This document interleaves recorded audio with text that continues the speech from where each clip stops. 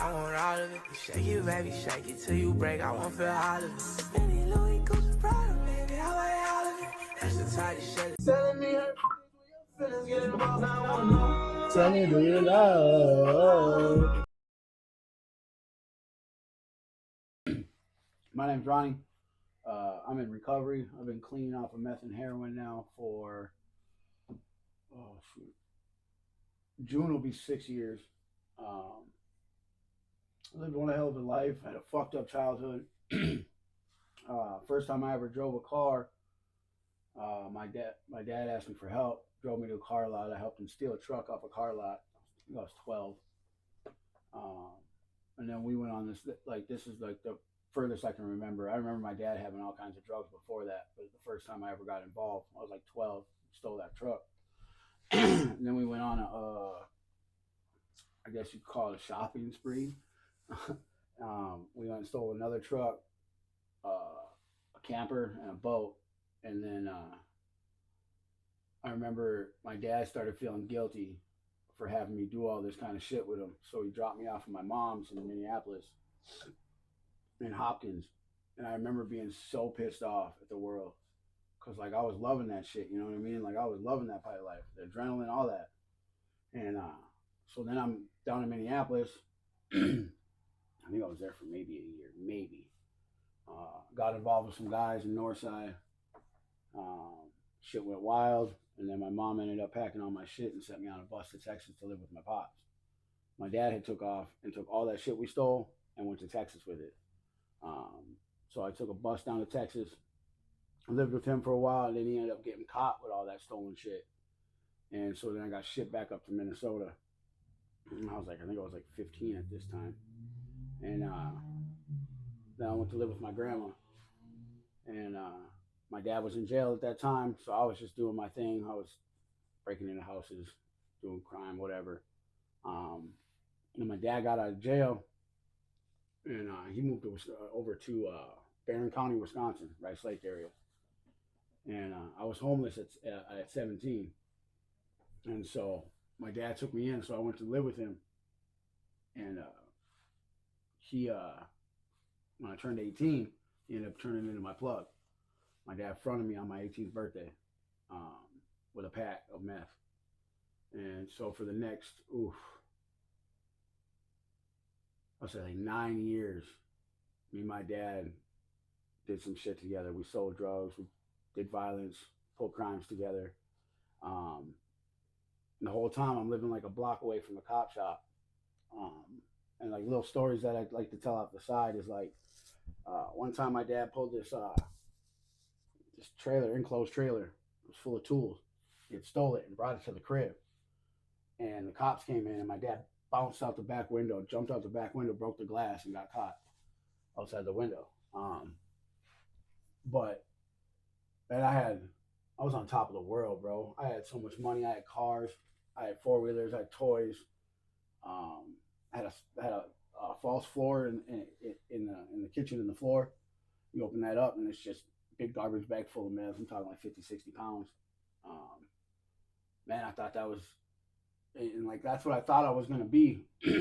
Going back to when I was like doing that shit with my dad. Like I wanted to be my dad. That's what I wanted to be growing up. So like I see my dad doing this, I'm doing this. He's doing that, I'm doing that. And I ended up being just like him for a long time.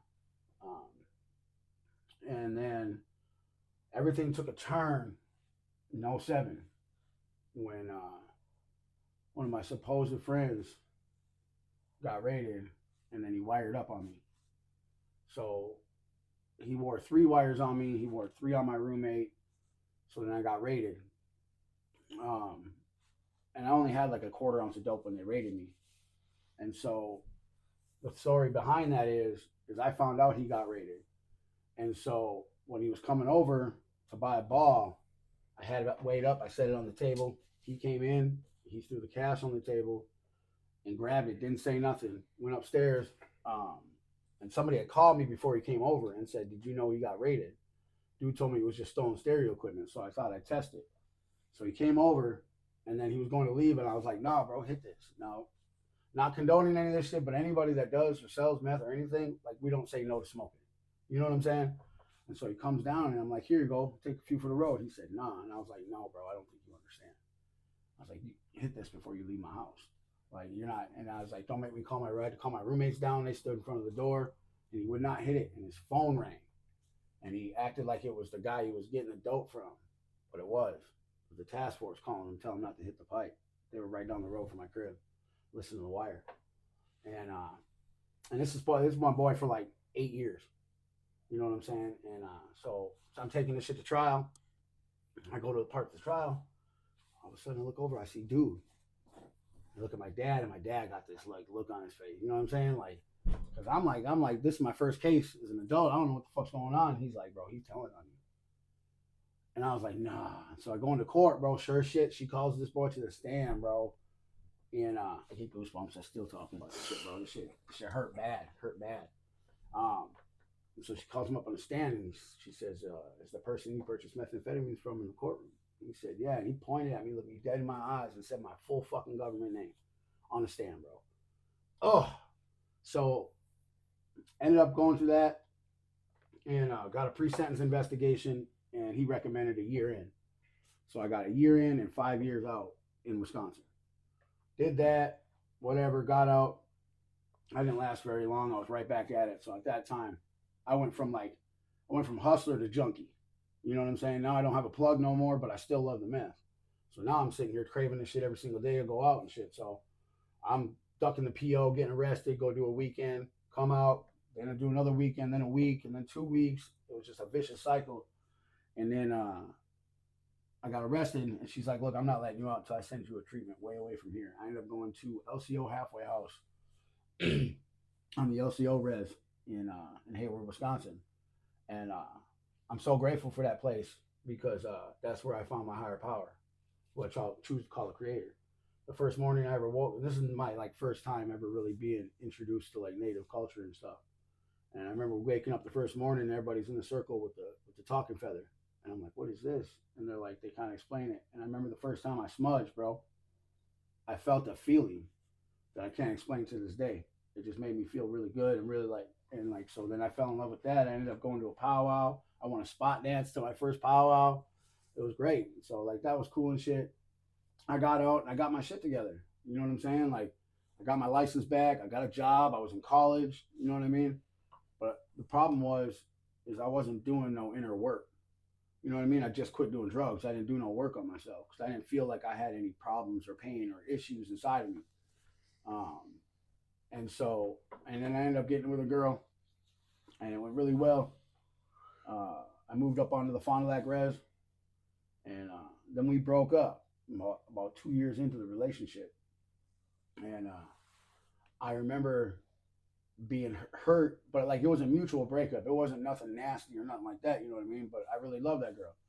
So like I'm going through it, and I go to this little house party, and this time I had been off meth for over 2 years now. You know what I'm saying? Trying to do the probation thing, trying not to go back to jail, yada yada. I put myself in a position where I went to a party I knew I shouldn't have went to. Ended up seeing a fucking meth pipe. Bro, it was over. It was over.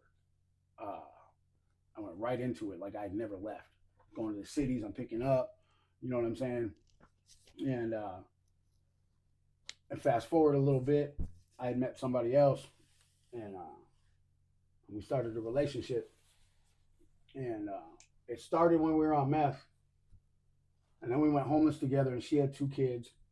So here I am, basically surviving, trying to provide for 2 kids and a girl off of selling dope and doing dope at the same time.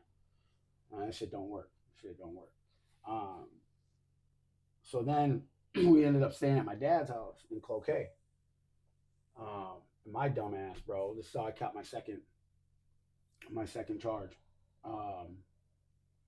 So I went into Super One and forgot I had dope in my pocket. And my dumb ass was high as hell and thought I needed to steal razors. And I got caught. And bro, and they pulled it out. So I got a 5th degree for that. Got bailed out that day, thanks to my girl at the time.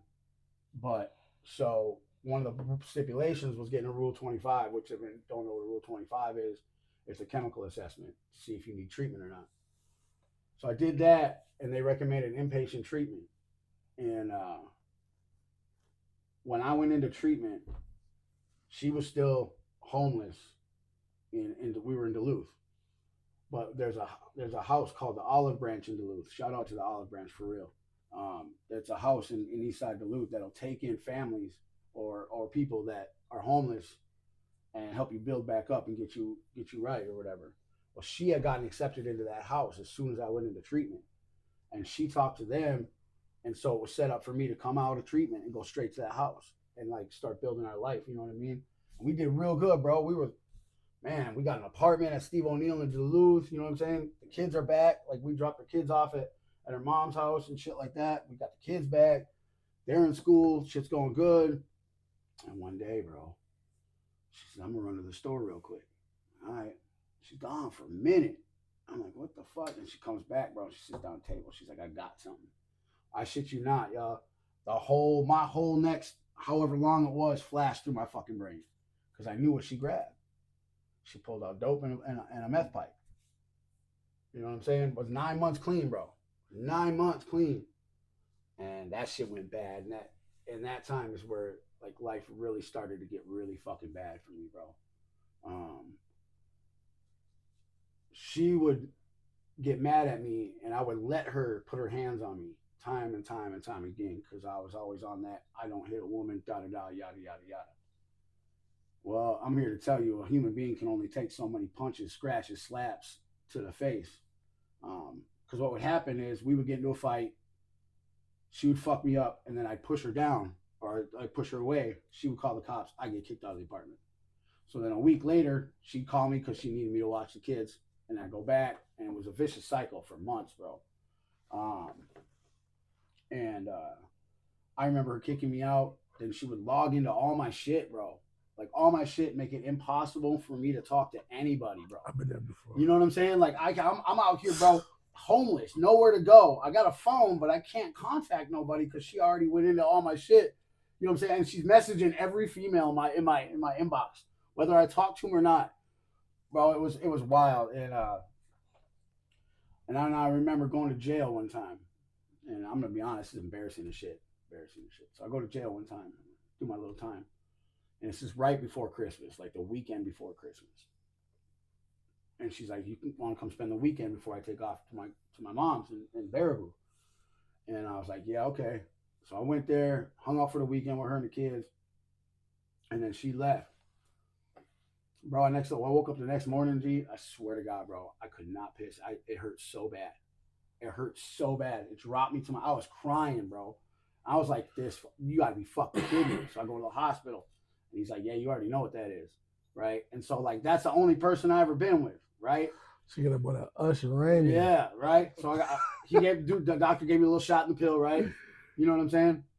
And so I call her, and this is how much power this bitch had over me, bro. So I call her, and I'm like, yo, what the fuck? She's like, well, how is it my fault?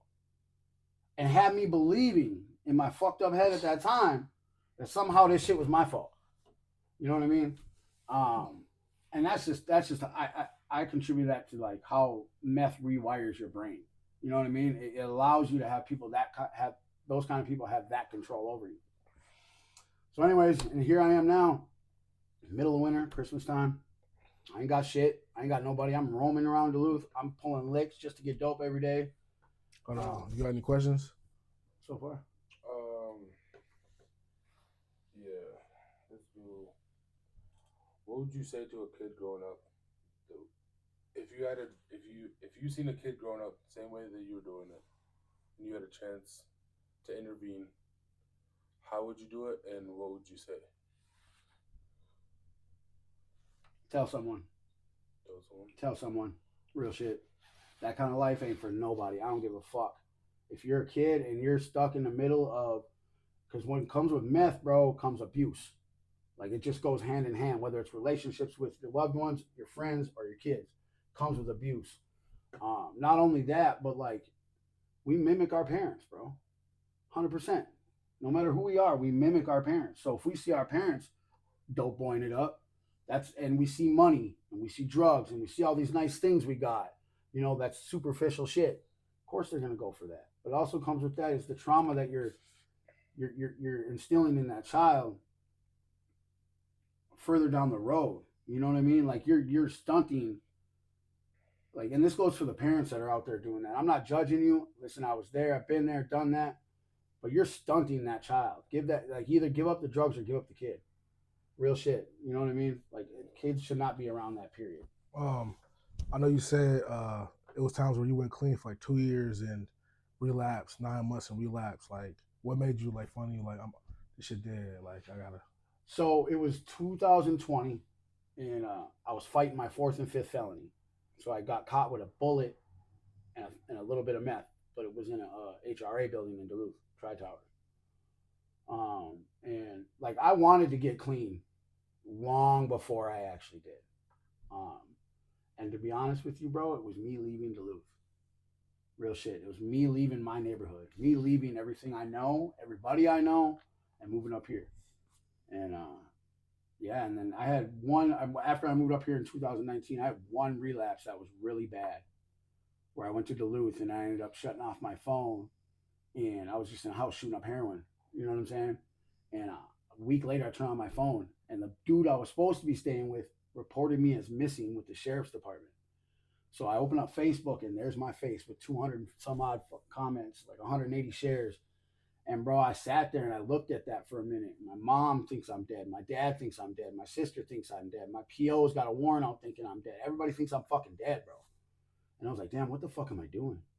Like, I'm like, and that's when I realized that what I'm doing doesn't just hurt me. You know what I'm saying? Like, I'm hurting the people that actually give a fuck about me. And I lost real ass friendships because of it. But that was, I would say, would be the turning point, because I ended up coming back up here, and then my lawyer calls and said the only way to stay out of prison is to get into drug court. And at that point, I was ready. I was ready for the sign to like move forward, bro, because I was like, damn, I'm hurting everybody I come in contact with. I'm just not okay with it. You know what I mean? And so then all of a sudden, drug court called and said, all right, I'm coming to UAU. Any UA after that has to be clean. Bet. And that was June 24th, 2020. I ain't touched that shit since. You know, what do you think addiction took from you? everything. Okay. Yeah, it took, and there's stages to it though, bro. Like there's real life stages to it. So like when I first got high, I can remember it like today. It was my dad was plugging me, and I ended up selling it to one of my buddies, and we were skateboarding, and we were in the deck parking lot on the 4th floor, and he pulled out a light bulb, and I hit it, and it was just fun, right? We do that and we skate all over town, you know, type shit. Then all of a sudden I do it a couple days, and then I go a couple days off, and I feel myself, I want it again. So then it went to like everyday use, every single day, and then it was like I couldn't even function without it. And then when I turned 30, I made the worst decision I ever made in my fucking life, and that was shooting up for the first time. That shit, that's what I mean by stages. So meth took like literally everything from me. Then I went to the needle, and I thought it took everything. It didn't, bro. That shit took my morals, took my conscience, took everything from me. I didn't give a fuck who you were, bro. Like, it was bad. You know what I mean? So.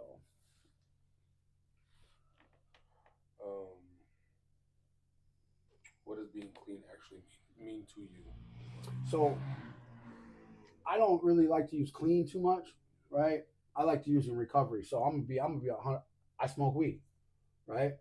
But when I first got, the thing about recovery is, it's not about the drugs.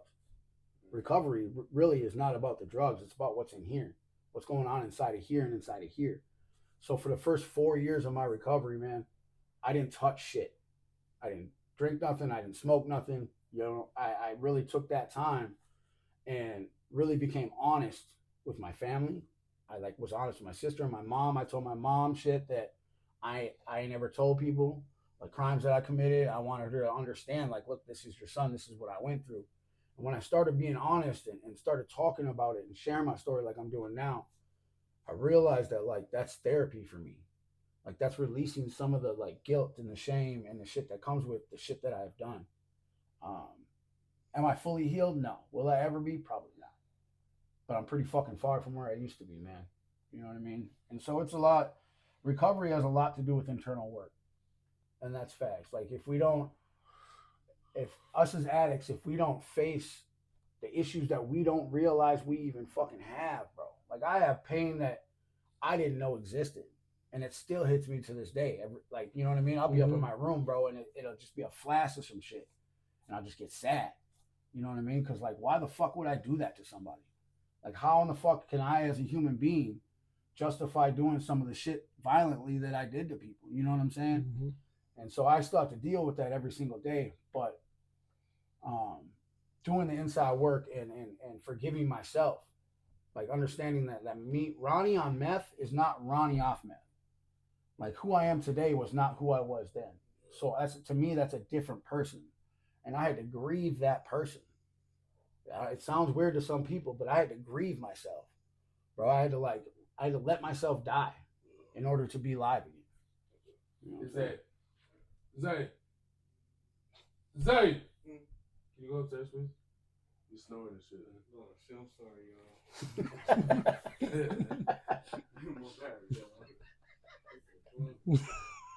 I thought I was at work. You thought I was gonna wake up and be fired.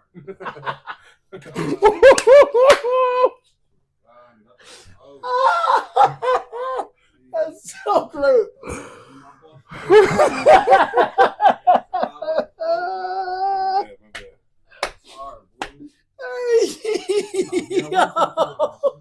He said, I thought that was my boss. Woo!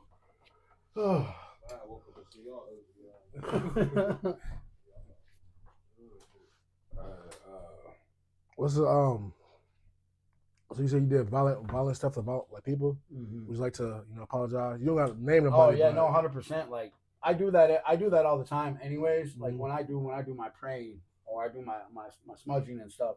Like all those thoughts, they come into play. You know what I mean? And so like if something comes up, because there's people that I can make amends to. I've done that, and there's still people I can't. Right. Mm-hmm. And so for the people that I can't make amends to, even the ones that I can, man, look, man, I'm sorry. Like I really am. Like I think about it every single day. There isn't a day that goes by that I don't think about some of the fucked up shit that I did.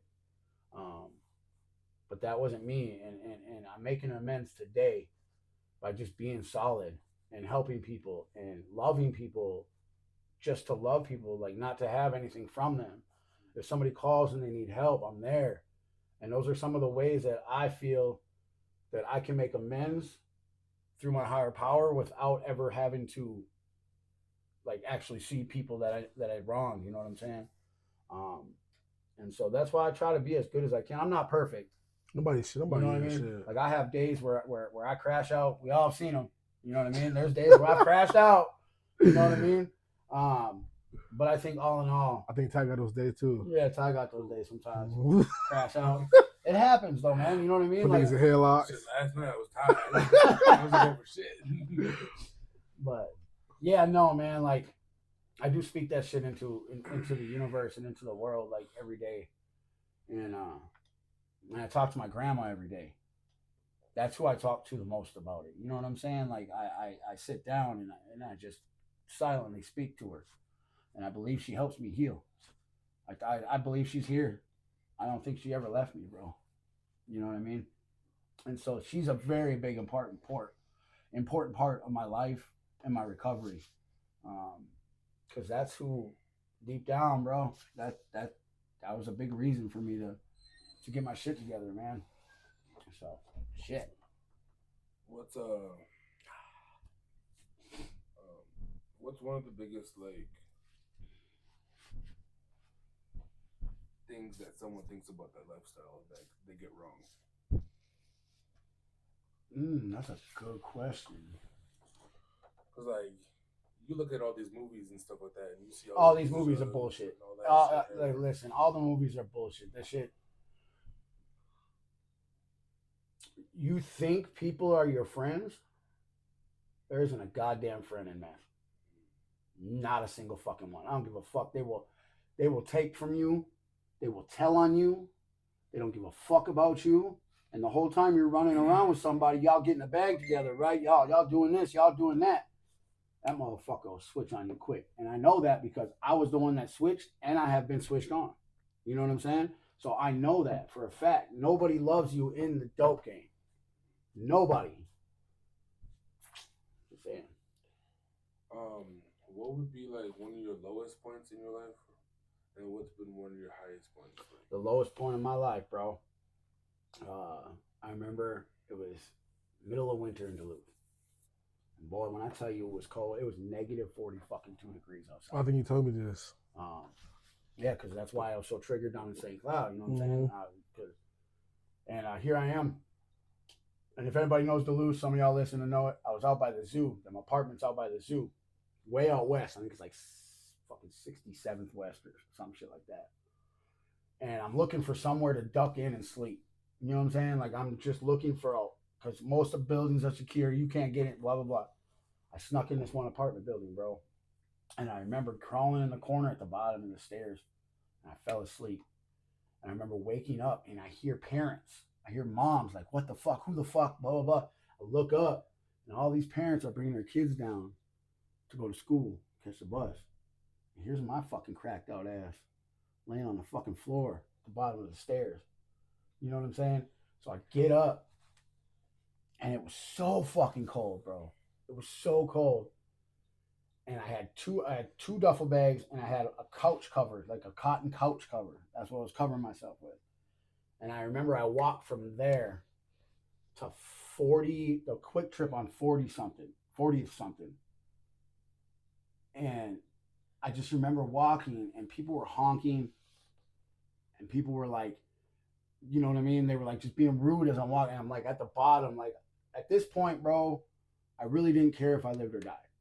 I'll be honest with you. I'm not one that'll anger myself, but I wasn't afraid to die. I was ready to like get this shit over with.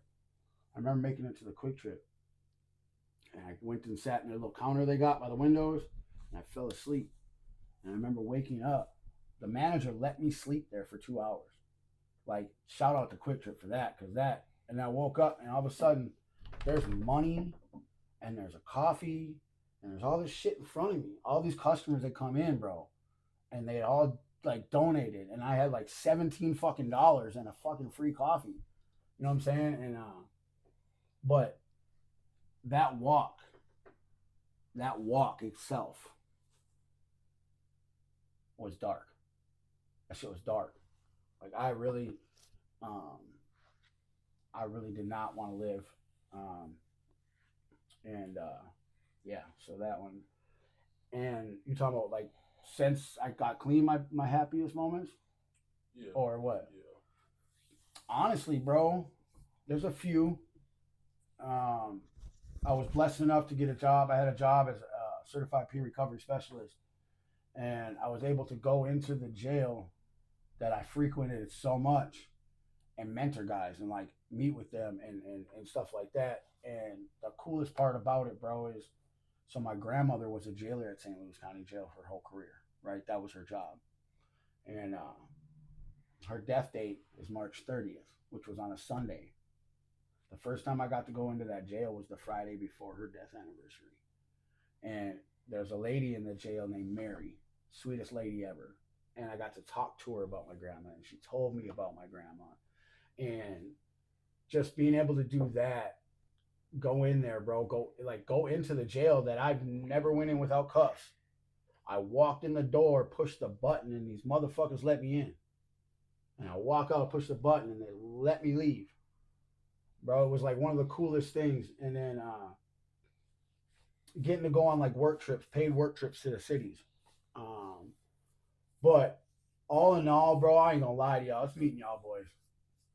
You know what I'm saying? I ain't gonna lie to you, man. I was talking about this last night, and I was like, look, man, living the life that I lived and moving around so much and not being in one place, dude, I lacked real friendship. Like, I never even made it to high school, bro. You know what I mean? Mm-hmm. So, like, I never got to experience what real friends are like. And then I met y'all, man, and y'all got me back into sports. Y'all got me playing football, basketball, you know what I'm saying? Y'all feed my soul. You know what I mean? So it's like I'm much appreciated for that. I'll be 100% honest. Meeting y'all and coming here has probably been one of the greatest things. Because I'm here and I don't have to question nothing. You know what I'm saying? Like, I don't have to question your motive. I don't have to question your motive. I don't have to question dude's motive, even though that ugly ass fucking hat goes on. But anyways, yeah, no, man, it's just when it comes to people that have struggled with addiction and substance use, A lot of it is loneliness, bro. A lot of it is, like I said before, nobody's your friend in the dope game. You know what I mean? And so, like, a lot of times we end up by ourselves, whatever. And then when you get clean or when you get into recovery, you need people. You need real good people in your life. And those are the ones that are going to help you elevate. They're going to help you understand that not everybody's here to fuck you over. You know what I mean? Because that's what I thought. Even when I was still like a year clean, that thought was still there. Like, what does this dude want? What does this guy, what does he want from me? I ain't got shit. I live in a board lodge. You know what I mean? That's where my mind went. And now, dude, I'm just comfortable. You know what I mean? What would you say to someone who like trying to get clean but don't know where to start? If you're on probation, talk to your PO. Go to a treatment center. Talk to them. Just walk in. I know it's tough. Listen, I know that all that shit, like, you know, so for me, right, for a lot of us, we don't talk to the cops, right? We don't talk to POs. But if you really are trying to get out of that life and you come to them and you be like, look, I'm strung the fuck out. I want help. They're going to get you in treatment, bro. I swear to God, they'll get you in treatment. But that's up to you then. You know what I mean? Reach out. Reach out to anybody. Anybody that you know that's clean or that has been through this life and that understands the mind of an addict and how addiction works. You just have to reach out. Nobody's going to know unless they know. And you have to tell them in order for them to know. You know what I mean? It's the toughest part. Just pulling that first trigger is the toughest part. Bro, but listen, I'm telling you right now, man, my life, I don't have a whole lot, but man, my life is 10,000 times better than it was when I was on meth. Even take it back to when I was balling. I'll take this life right here, right now, over that fucking, all over the stacks and all that shit that I was doing with the meth. I take this over that every day. Sweat. Every time I do this, I sweat. What was the difference in making friendships and meeting people when you were an addict versus like meeting people now and like? When I was an addict, it had to be transactional, right? Like I had to get something from you, or you were getting something from me. That's hands down. Every interaction is that way. You know what I'm saying? And now it's like meeting people now, realizing that all I had to do was be my dumbass self. You know what I'm saying? Like I didn't have to put a mask on like I had to do in addiction. Like every little circle you went into, you had to put a different mask on. You know what I mean? To appease to what people are doing and do your thing. I don't have a mask no more. And I think that's what, if you want to be out, I think that's what attracted the people I have today, is that I don't have a mask. What you see is what you get, my guy. There's no sugarcoating it. There's no hiding behind anything. Like, this is me, bro. And it's benefited me a lot. How many addicts you think don't think they're addicts? I don't think they're addicted to drugs. A lot, quite a few. That changes. You see, like, I mean, it's more prevalent now. Like, right, the word addict, the word recovery, and all of that stuff is more prevalent now.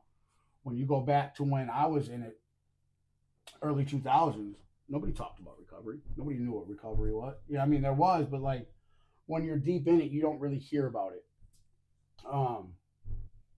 But yeah, I guess I didn't even realize shit till probably 30, 28, 27 to 30, somewhere in there. Like I realized that, like, okay, this is becoming an issue. It's a problem now. It's not like when I was selling drugs, it wasn't a problem because I had money, I had a house, I had cars. None of that shit was a problem. Well, now I'm robbing every Tom, Dick, and Harry for a fucking hit. You know what I mean? So I would say quite a few, but then we'll all reach that point where we realize it. You know what I mean? But yeah. How would you like explain like the feeling that you get when you would do it? Bro, Superman. Fuck yeah, bro. Like, listen, like, and it's different though. So when I would smoke it, snort it, or whatever I would do with that, right? Like that was a different thing than shooting it up. Um, What would be the difference? oof. So when you smoke it or you snort it, or I used to even eat it, right? It takes a minute. So like it's able to ease into your system, right? Um, where it's like when I shoot it up, bro, it's like boom, gone. It's like that, and it's weird how much different you think once that dope hits. Like the way your brain moves, the way your brain thinks, the way your body wants to move. Um, the way I like to explain it, I'll just go with the shooting up part, right? It was the greatest feeling I ever felt my entire life. Followed by 6 years of the worst absolute fucking hell I could ever fucking imagine. I traded like and when I did it, everybody's like, "What the fuck are you doing?" Da da da da da. This that. Man, it just progresses. You know what I mean? Like, and so I don't know. It's people always want to say like addiction's bad. No ifs ands or buts about that, right? But I had fun on it when I did it. I'm not gonna lie to you. Like I had fun. Otherwise, why the fuck would I keep doing it? You know what I mean? Um, but yeah, it's like you for somebody that doesn't do drugs. Imagine if you drank. I don't know, like that doesn't even make sense. That doesn't even work for it, bro. Like you can't. Like it's just ultimate energy all the time. Ultimate energy all the time. It's like you got an IV of a fucking Bang energy drink all the time, and that's not even close to it. You know what I mean? Yeah, it's Out of your whole addiction life, what's one, if there is, positive or good thing that you take from that situation? lots, bro. There's lots of positive I can take from it, right? Because if I look back at it, and this goes for every day now, every lesson is a blessing, and every blessing is a lesson. You know what I mean? It all depends on how we look at it. I can go in today, I can go into the shittiest situation. I'll pull something out that bitch to learn. And so that's when I got clean, right? I started looking back on my shit. Like, yeah, I did some fucked up shit, but I also did some good shit. And like, I learned, like my dad, take my dad for example. I know he feels guilty to this day for the way that he raised me, right? I don't. Because everything I did, everything I went through has turned me into who I am today. Those choices I made, the drugs that I did, the people that I beat up, all that shit, all the drugs that I sold, and all those experiences, bro, turned me into who I am today. Because I look back at that and I'm like, I will never be that again. So what can I look at from all of this stuff that I did to implement that shit into my life today to make sure that I don't turn into that person anymore? You know what I mean? Mm-hmm. And that's probably the hugest thing is to be able to, but you have to own it first. You have to own your shit. That's the big thing. You have to own that you were a piece of shit. I was a piece of shit. People say don't say that. Fuck that. I was a piece of shit. 100% I was a piece of shit. And I had to own that. And then I had to look into it and be like, why did I think that was okay? Or what could I do better?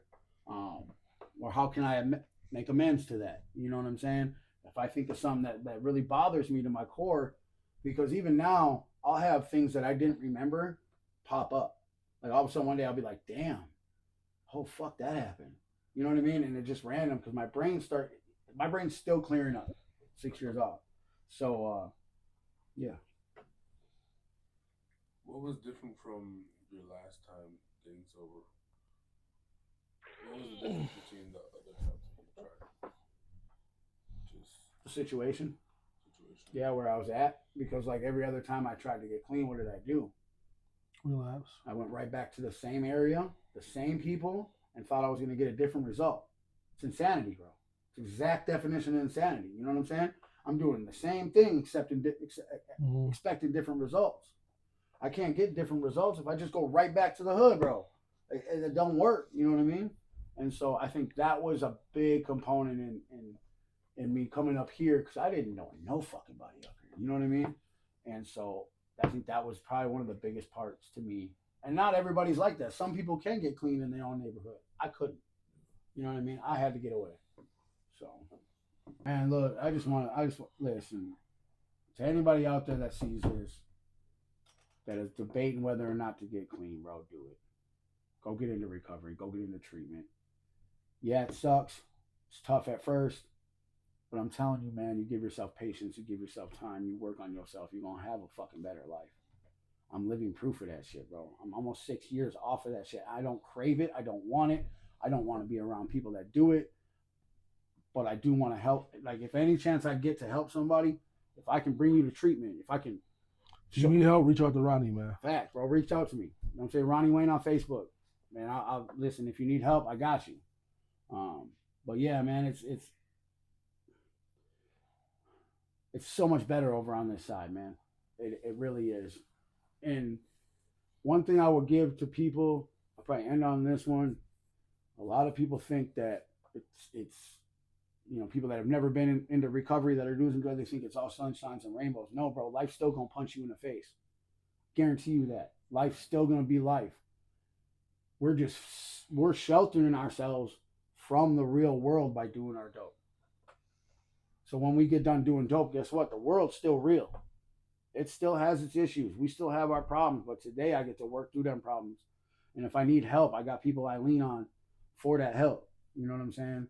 So, yeah, that's what I got. Episode 3. Special guest Ronnie. If you need help, reach out. Don't be afraid. Talk to somebody, man. It's more life to this than drugs. X. Signing out. Tell me